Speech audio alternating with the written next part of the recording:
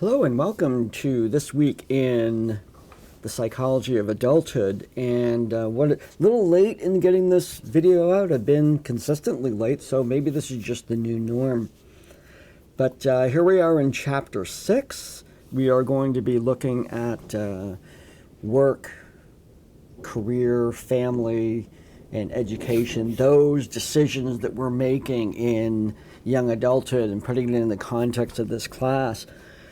What I've decided to do, however, is rather than review material on Brightspace that you can get, is I've created a little slideshow. So just like I would in a face-to-face class, and throw it up there on the big screen, but I'm going to throw this on your little screen. So here we are in Chapter 6, talking about family, career, and education. And I want to start off right off the bat here about that a lot of development is about the formulation of identity. And when we meet people for the first time, there are some typical rituals that we go through in order to introduce ourselves and get to know that individual by asking particular questions and offering up certain kinds of information. So let's just imagine, excuse me, that you're at this party. And you're hanging around with some new people that you've met. And we kind of, in light of what we're talking about this week, some of the questions that we ask when we're first meeting someone are very relevant. So first of all, we talk about our name and we give our full name. And these are status symbols in terms of what our first name is, and our family affiliations, our kin, who we're related to, and whatnot. And that plays a role in helping determine your status and who you are compared to the people around you. Other things that we put out there include gender indicators, both with our dress and with the use of like Mr. or Ms. or Mrs. And in the case of transgendered individuals, you can probably realize at this point why it's important that early in the conversation of getting to know someone who's transgendered, they might want to indicate to you their preferred pronouns, because it is a really important part of getting to know someone. It's one of the, if the external representations are not obvious, then the individual will want to update you as to what their preferred pronouns are. And we can see it in these rituals. And that's maybe a new ritual for us, for someone to be able to do that. And we have to get used to that sort of additional part of introducing ourselves to somebody. Now, in addition to gender indicators, we have status indicators such as marriage and education, how they refer to themselves as Mrs. or Ms., indicating marriage. There's not an equivalent to that in the male side of things, but you can also indicate levels of education by introducing yourself as Dr. something. On occasion, I've introduced, depending on the situation, I don't introduce myself as Dr. Mark Kavanaugh very often, but there are circumstances in which I do want to communicate that status, either because of my position in the meeting or the individuals that I'm interacting with, and not as a kind of saying great things about myself. I mean, it's not a bragging thing, but as much as it's determining status. So here we already have career and education being kind of indicated. And I think about other external representations of that, a uniform, badges, symbols, those kinds of things that we indicate on the outside of ourselves that talk about career and levels of education. You go to the hospital and the badge says RN, MD, CNA, respiratory therapist. You're actually, these badges are important in communicating to people around you your status in relation to education and career. Now, finally, it's interesting that we do this part also related to career and education. When we are asking the question, what's your name? We're using the other indicators, maybe where you live, who are you with, And then eventually, very early in the ritual of getting to know someone, we might ask a question related to, so what do you do? What is your work? And it's remarkable how important this is, that what we spend a lot of time preparing for, you're in school right now, preparing for a future career or enhancing an existing career or just exploring, and that's your career. But we spend a lot of time getting ready for it, and we spend a lot of our lives doing it. And it becomes a very important part of who we are. Now, for some people, it may not be career as we normally sense it. For some individuals, they have a job and that pays their expenses, let's say, but their true career, their true vocation is something else. Maybe the volunteer work they do, or raising children, or hobbies that they have, or it could be other things that are really the passionate career part and stuff, and they're just doing something to make money as well. But nonetheless, you would probably answer that question, what do? You might indicate the things that are most important to you. Or you might say, yeah, I'm doing this job, but what I really like is I'm a hobbyist woodworker, and I'm really developing that skill. And that's how you'd want to present yourself. So what we do and how we exercise our skills, essentially our work that we do on this planet, becomes a very important part of our identity, in as much as that we communicate it very early in the process when we're getting to know someone.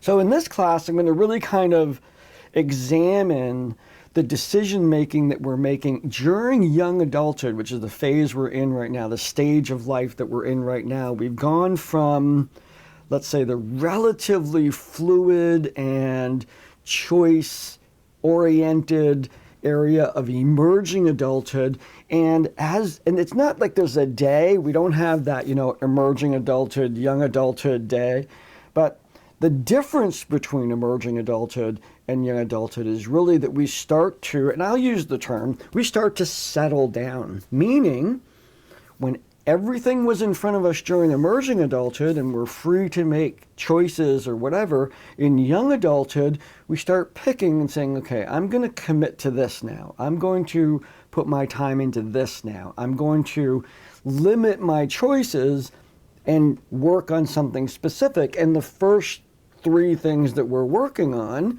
is relationships, career, and education, the focus of this particular chapter. So the model that I want to use, that's a graphic on here, is a model from James Marcia's theory of identity, identity achievement, or identity status.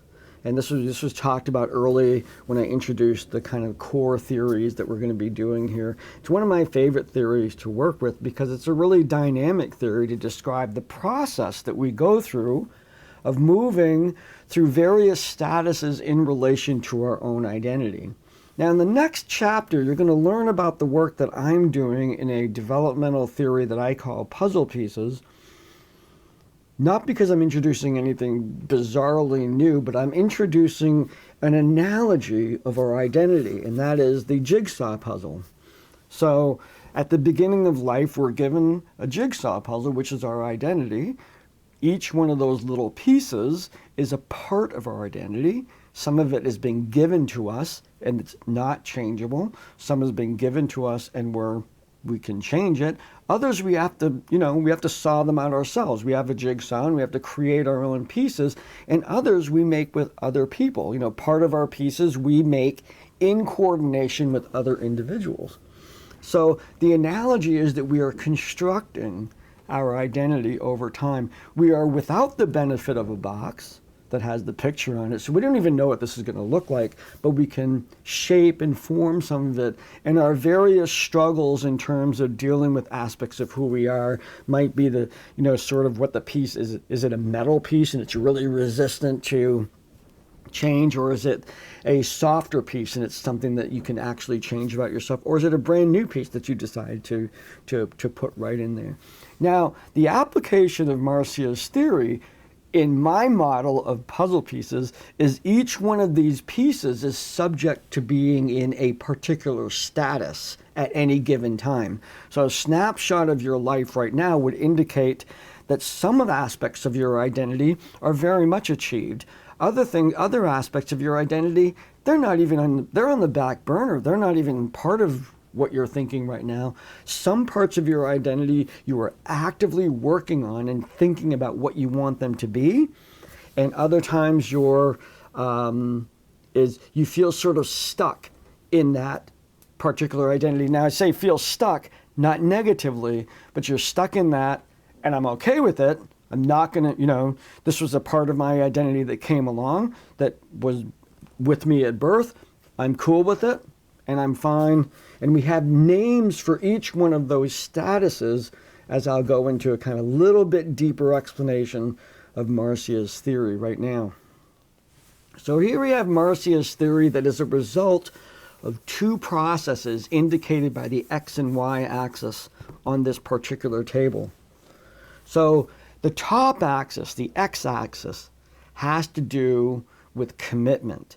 Now, yes means I have picked, I have selected, I've shaped that puzzle piece. No means I haven't quite committed to the shape of that particular puzzle piece. On the left side, down the Y-axis, we have, am I in, the word that Marcia uses is crisis. Am I in crisis about this? And that doesn't mean that I'm, as I've said before earlier in this class, that doesn't mean that I'm having a mental breakdown or anything. But am I currently looking at the options? And have I ever looked at the options?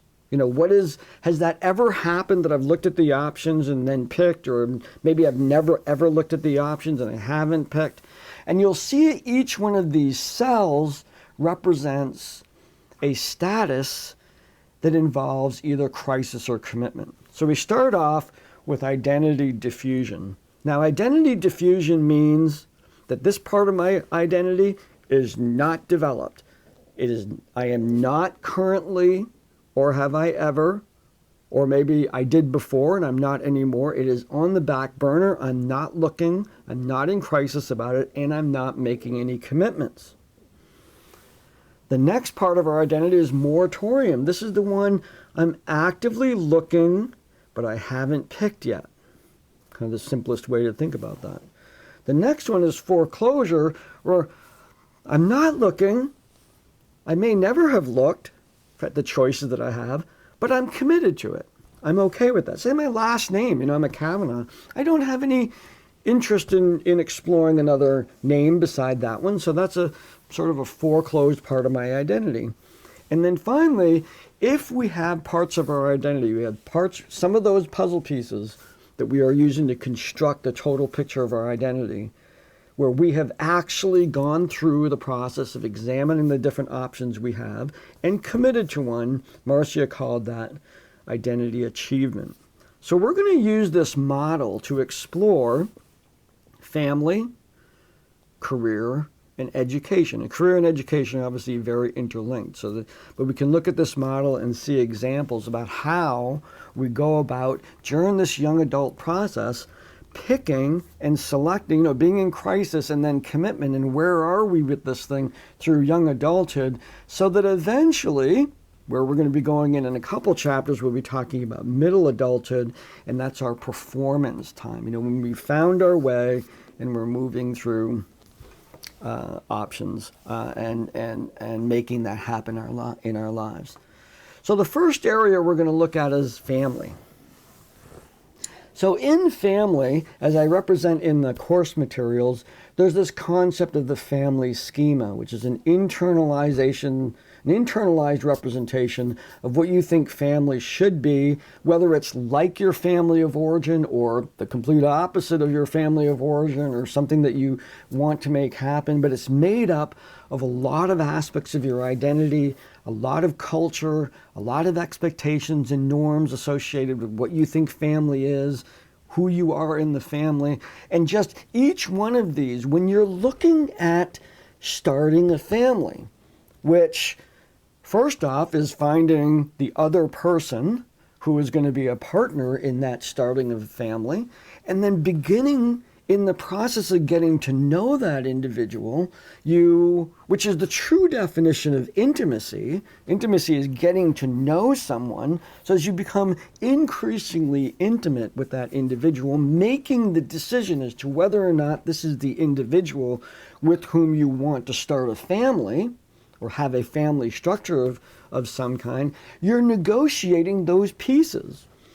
You may have an internalization of what you want, so do they. And you, through discussions, through open discussions with that individual over time, you determine what are you willing to modify, what are you willing to not have as a part of your particular relationship with that individual. And being careful not to, of course, give away the farm or anything like that, but you're trying to find the right fit. They have their developing puzzle pieces related to their understanding and internalization of family, and you have yours, and you're trying to find a good fit. When we talk about puzzle pieces in the next chapter, I'm going to show you that part of my motivation for exploring that particular area of human development was to recognize that oftentimes we negotiate poorly and we pick poorly. There's a high degree of divorce. There's lots of unhappiness in relationships. There's lots of relationships where one or both are unhappy in that relationship and yet seem to want to keep it together. And I explore that as an issue because relationships form a very important structure within our society. And I think in general, there's a lot of individuals that don't really go through this process rigorously enough, I guess, to find the individual with whom they want to start a family, even if it's just the two of you, and they end up in relationships that are unhappy. So some of the aspects that we might put on the table, there's a whole list in the materials, but I picked from some of those. Some of the things that we would discuss include marriage, the actual ceremony of marriage. Do we go through that or not? Is that part of what this image is of what I want to be? And we can go through the different statuses with that. Whether or not there's going to be kids involved, existing kids such as stepchildren from previous relationships, or new kids between the two people, or if there's even kids possible, whether it be adoption or any other sort of mechanism in terms of our vision of what we see family. And of course, where you live and what kind of place do you live in? Are you going to explore, a family in a van and travel all over the country, or are you going to buy a house with 40 acres? That kind of, where is it going to be? What's going to determine that? In terms of school choices or location of family or jobs that you have, or maybe you want to change jobs, or you're open to working, to moving to another location. All of these kinds of things that you're sort of trying to pin down during this period of time. Other issues include the activities you'd engage in, the relationship with other, just a small word to kind of cover the relationship with your extended family and their role, how close they are, how far they are, how involved they are, and then the roles that you play in the family. This is negotiating those when we enter into relationships and we see ourselves at a particular status. And that's the job title within a relationship. So I approached my marriage understanding or having an internalization of my perception of the dad role and the husband role mixed in with gender associated roles of being a guy. And so those expectations as to what I would be in the family, coming from my family of origin, interfaced with the expectations that my wife had for what is the role of the husband, what is the role of the man in the house, and what is the role of a father for her kids, because we brought stepkids into this situation. So decisions to be made, things to be talked about. Now we can examine this particular part here using the theory. Now, any one of these questions can be subject to looking at the options and making commitments. So we can have aspects of this that are on the back burner, such as where are we going to live when we retire? Maybe we're not going to think about that right now. Other things, moratorium. Do we want a wedding or not? Do we want kids or not? In fact, the kind of practice of marital counseling really puts this stuff in the front, about kids, discipline, kind of thing. Let's actively look at that. And someone preparing for marriage might be able to benefit from actually purposefully looking at those things. Some things are in foreclosure. Let's say there's a caregiver situation. Yeah, I'm in a relationship. I want to get married, but all this time leading up to this, I've been the caretaker for my parents. So that's going to foreclose some of our decisions. Maybe we're not going to have kids right away. Maybe we're not going to move away until my parents pass away. These kinds of negotiations that we have that bring into consideration the other factors associated with creating a family. And then finally, achieved identity. Making those decisions and the family begins. There may be, and there might be things that we have achieved on our own in terms of our own identity that then become foreclosed components for a relationship, such as I'm going to remain the caregiver for my family. So therefore, moving is not in the immediate time frame. So we're going to put that into our identity diffusion box. We're not going to deal with that now. That'll be later.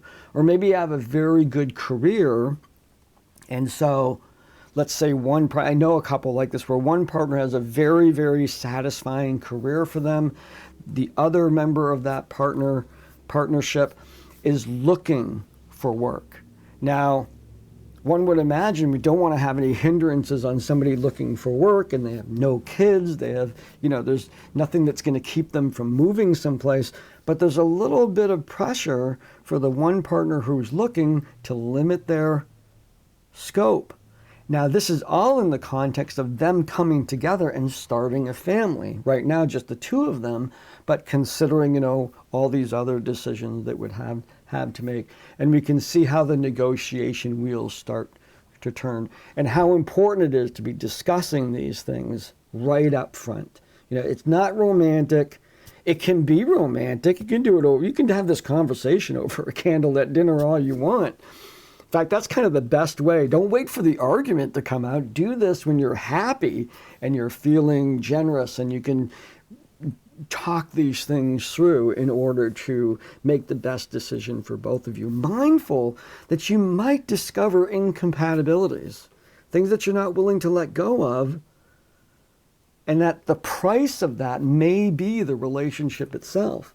But that is the kind of intentional way that we want to approach creating relationships in our lives. In everything, when there's not as much at stake, maybe with our friends or coworkers and how we want to manage those relationships, but any relationship, when we're bringing somebody into our lives, going through the process of, what do I want this relationship to be? What activities do we share? That's usually kind of the initiation of that particular relationship. But these are important thoughts to keep in mind, and keeping in mind that idea of Marcia's theory about how I can, I'm looking at options, then I'm deciding, things might change, then I'm back at looking at options again. As crisis and commitment are fluid, sometimes let's say a relationship ends. You've had achieved identity in a relationship, and then you find out they were unfaithful, the relationship falls apart, and then your pieces of your identity associated with being in a relationship in a family get disrupted, sometimes not in a pretty way. And so you might know some individuals that say, okay, my identity as a partner in a marriage relationship is now on hold. I'm not looking for another partner. I'm not committing to another partner. I'm going to focus on other things. So that identity has gone from identity achievement to identity diffusion. Now then, after a while, the individual might, okay, I think I might want to get back into the game. So they go up to moratorium. I'm kind of looking at the options, see what it is. Nothing's out there back into identity diffusion or something like that. And how important it is to be mindful of these decisions that we're making, that we don't, it might be for some individuals, and I talk about this in puzzle pieces, it might be not the best approach to go from identity achievement that falls apart directly into moratorium. I'm going to look for the next person right away. You might want to be in identity diffusion for a little bit and then gradually get back into the game in regard to relationships. So that's kind of the processes going on as we contemplate in this young adult time of our development regarding family. So let's take a look at the next one. The next one has to do with career.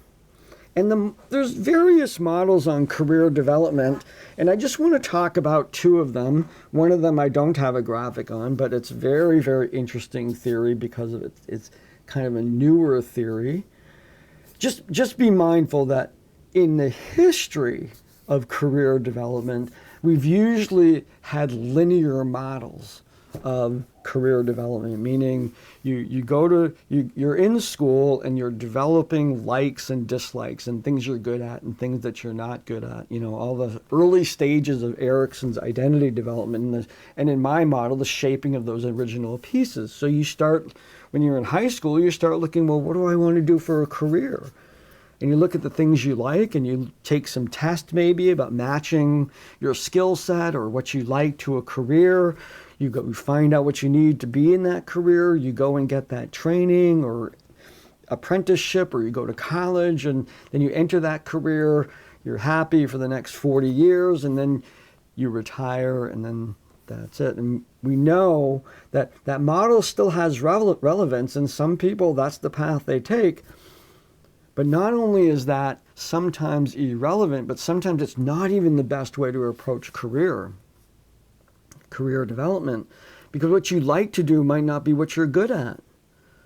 And what you're, and likewise, I guess what you're good at might not be what you like.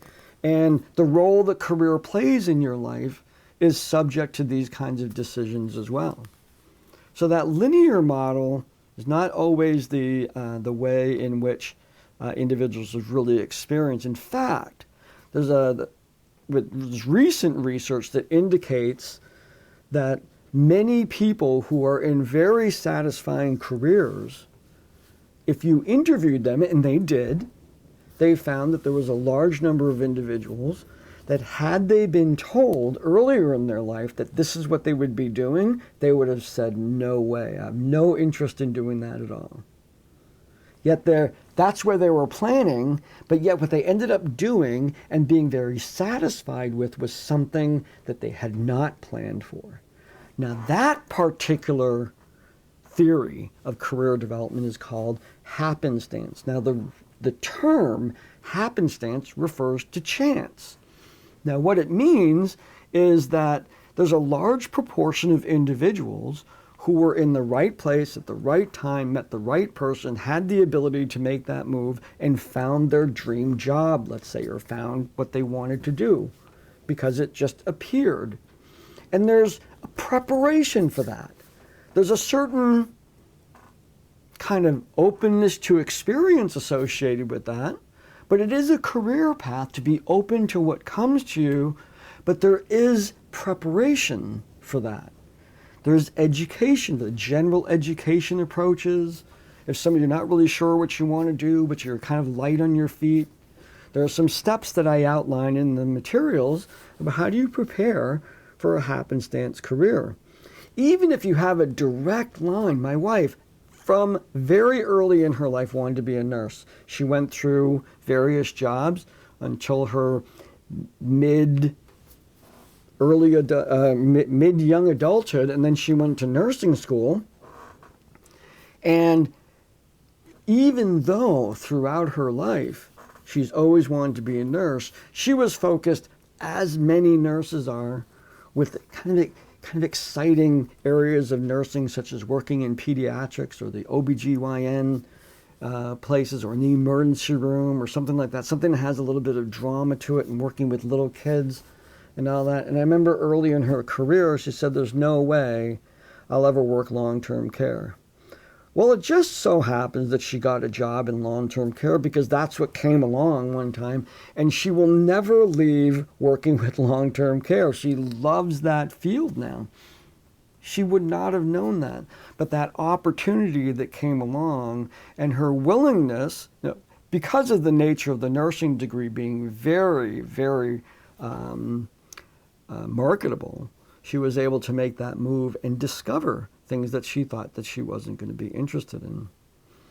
So we have happenstance, and then there's a theory that I'm having you look at sort of based on the traditions of the past, but rather than looking at what you, it is a little bit about what you like to do. It does not take into consideration necessarily what you're good at, but it spends a lot of time looking at the work environment and the type of work that you would be doing, regardless of the specifics within that. In each one of Holland's areas, you can put nursing, and that's what I'll use that as my example for each one of these areas. And the point being that here's the graphic. We have realistic, investigative, artistic, social, enterprising, and conventional aspects of work. Now, there are jobs that are primarily investigative. There are jobs that are primarily artistic. But every job has, or career type jobs that we're going to be talking about here, have an investigative part, they have an artistic part, a social part. So how you actually engage within that job, and I'll use nursing as one. Now, of course, I'm not talking about assembly line type jobs or anything, and the types of jobs that people might engage in because they just want to make the money and they have their passions elsewhere. But you can even look at mechanics, you can look at tree harvesting, you can look at all of those, each one of those careers that we think might not, what's the artistic aspect of tree harvesting? And I can immediately think that the beautifying of a forest through selective cutting, or how straight the line is, and those things might be very important for the individual who's doing that kind of work because they satisfy their artistic components of what they desire. At the same time, and let me just throw this in here, along with career, we have our leisure activities. So what we don't get from career, so let's just say I have a very investigative, very realistic and conventional job, but I have artistic, social, and enterprising needs as well. I can satisfy those potentially in a hobby. See? So my hobbies and my leisure activities and my career can serve as the balancing act for creating a full experience of what I do. Some of it I get paid for, some of it I might not. Okay, so we look back at this, and I'm going to, again, like I said, I'm going to use nursing to kind of describe each one of these. So let's look at, first off, realistic. Aspects of a career that are realistic. This is practical, independent, systemic. In nursing, we can see individuals. We even call them practical nurses, right? But there's getting things done. There's the check sheets. There's the routines that we go through. The protocols, creating those protocols, writing them out. Systemic sort of aspects of the career of nursing, that someone who's a nurse can really gravitate toward those particular aspects of nursing. The next one is investigative. How cool is that? Something's going on with this individual. What is it? I'm looking it up. I'm gathering data on that, and I'm comparing it to databases on information for diseases to pass that on to the doctor. I'm collecting the information that I need. I'm looking at the science. I'm looking at literature. A nurse could be very much gravitated to doing those aspects of nursing.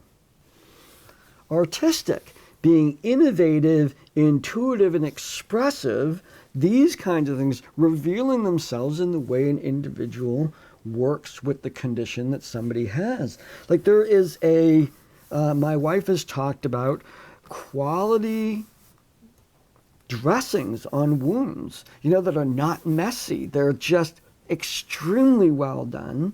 They're workable. The kinds of treatments that she does, because she's a wound care specialist, and the way she approaches that is on par with art, and with ensuring that the product of her work looks good and functions well. So you can see an artistic component in that. You can even look at educators in nursing who would using graphic representations to teach about concepts. You can also see that in practice. And someone could do a slideshow on their iPad to explain a procedure, and they love the part of their job where they get to create those slideshows. So there we have artistic representation in nursing. Then we have social. Of course, we can see this right. They even have the word patient in there, but talking to people, talking with family members, working with individuals, getting to know them, understanding their histories. Some people will gravitate toward that. Enterprising, this persuasive and assertive aspects. This might be the advocate aspect of a nurse, where they're working with the other medical teams, or to work with CNAs to ensure that they're doing the correct things. And then finally, related to those correct things, we can have conventional. It's accurate, methodical, practical, and this is the licensing component. Are you doing this correctly? There are nurses that work in licensing and travel to different organizations, and they engage in the process of helping those organizations do their work better. So you can see, this is not a pathway to different jobs. It's a pathway to understand different jobs, but also to understand what you like about those particular jobs. Now, some jobs offer opportunities in all of these. Not all jobs do that. I know my job, in particular, offers the ability to do all of these things. I have a ball creating these slideshows because that does a little bit of an artistic part to me. I miss the face-to-face classroom because I'm very social. I like doing research on all of my topics, so I'm investigative. I like being very realistic about setting up my courses, making sure I have time to do things. I'm not always successful at that, but I'm independent. I have a grading mechanism. I have schedule when I'm grading and all that. That's that sort of realistic. I'm conventional. I have methods. I do believe in lectures still. I still believe in group activities. I still, all of these traditional ways in which I've done teaching, that's all very conventional. I'm also very extroverted in this role, even though I'm not extroverted as a personality. I like I have a role as a chair.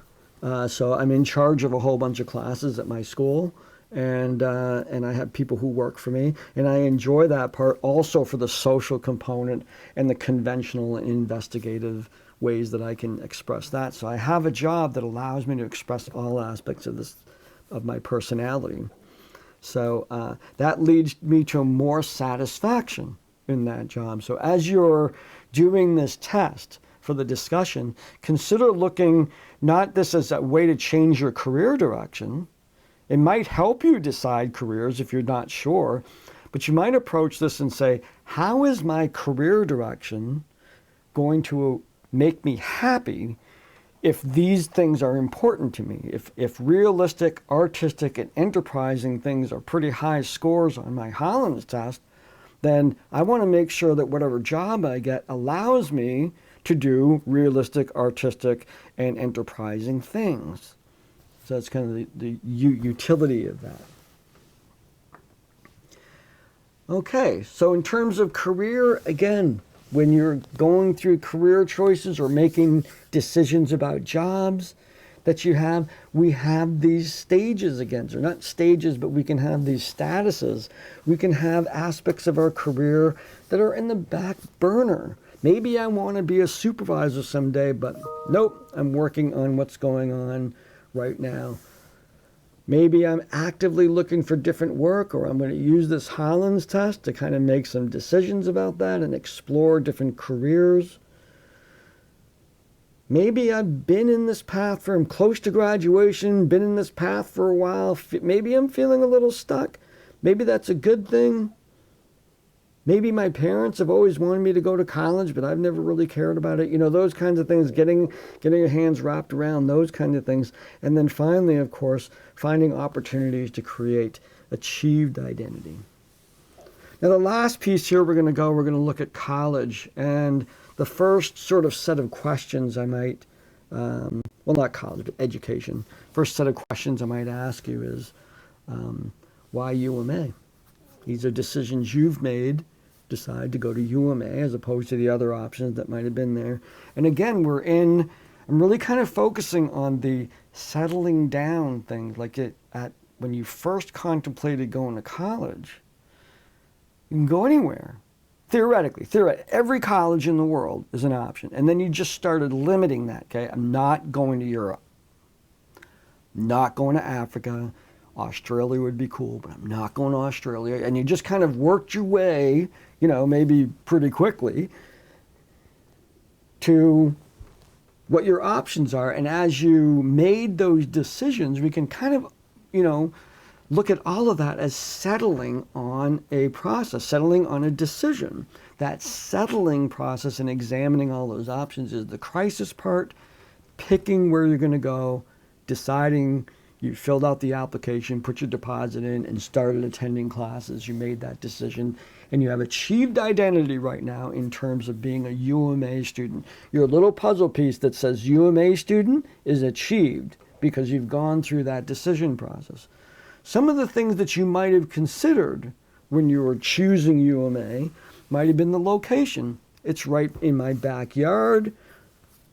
It's close by, or I can take ITV classes at a distance. When we were doing those, location is important. The size of the school. Maybe you didn't want to go to a big school. You wanted to go to one that has a little bit more one-on-one attention. Specific careers. There might be something specific that UMA had, and that was the pathway that you wanted to pick. The finances, in turn, particularly if you're looking at doing out-of-state schools versus in-state schools or private colleges and those options, whether there was dorms or not, and the UMA is a commuter school, very similar to KVCC. And finally, activities both at the school, but maybe there's things going on. And what I mean here is, you have made commitments already, you have a job already, you have a family, and those. So this is the way career could happen. I'm going to go back to school to get a career, but I want my kids to stay in the school system. My partner is working a job that they like, and that's making the bills. I have friends around here. I'm part of different clubs. I love Four Seasons. I snowmobile all the time. So what do I want to do? I don't know. I'm going to go to UMA, see what they offer, and pick one of those as my career. And I would imagine that for some people that was the way. So very different than, taking a task, seeing what you're good at, and the whole world is available to you.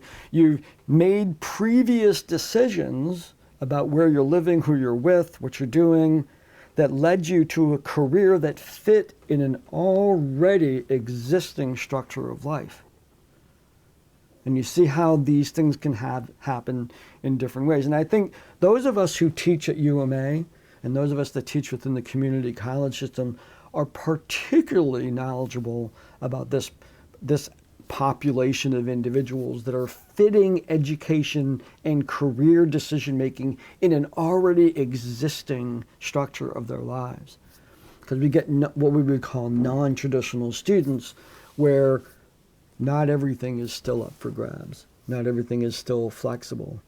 And people are really working hard to incorporate a new aspect of their life, even though they've already made commitments to all kinds of other aspects of their life. Okay, back to here. We can do it. You go through, some things are on the back burner, some things you're working on right now, some things they were kind of defined for you, like a lot of your life is defined. You're not going to change those things, so you decided to go to UMA and pursue the career that was available to you within the UMA structure. And then identity achievement. I got some transition things happening with the words here in my slideshow, but identity achievement being here you are at UMA.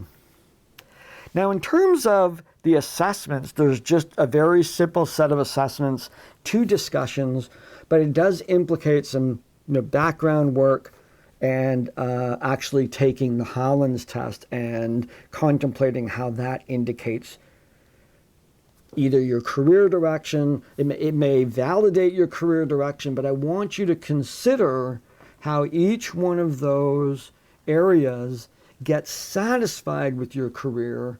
And if there are areas that don't, what are you going to do? Because satisfying those areas of interest that are revealed in the Holland test is really a key to the ongoing satisfaction and happiness in what you do, even though some of it might be for pay and some of it might not be. So we have a discussion on your family and your schema of family and how that came to fruition, what your plans are for that, or maybe some of the compromises you made with your partner. And then another discussion, sorry, I wrote assignment, but it's actually discussion, career and school, talking about the Holland test and its impact on your career. So sorry about the typos there and the little stuff there, but so that's the stuff for this week, and I look forward to these discussions. This is really fun stuff to kind of look at, because even though we've centered this, we're doing this in this time frame of young adulthood, but people can return to Moratorium at any age. In fact, crises that come along, we can use that word crisis, like you get fired from a job, or the company closes, or someone gets sick, or any one of those things changes. It brings up more choices, and we can find ourselves looking at some of these things that we thought were already settled. Like, that's part of the stress of people who are displaced in work, is however they got to the pathway of achieved identity in that, when something comes along like a factory closure, this can be very disruptive. And without social supports and without family and with that kind of regroup, some people are pretty unhappy that they have to go back to the start again, to start thinking about, what do I want to do? I haven't thought about what I want to do for 20 years or something like that, because they've been working their job for so long, but when it's gone, they have to return to that, maybe return to school. And that can be a very disruptive process, as I'm sure some of you know very well. So I look forward to these discussions, and have a great week.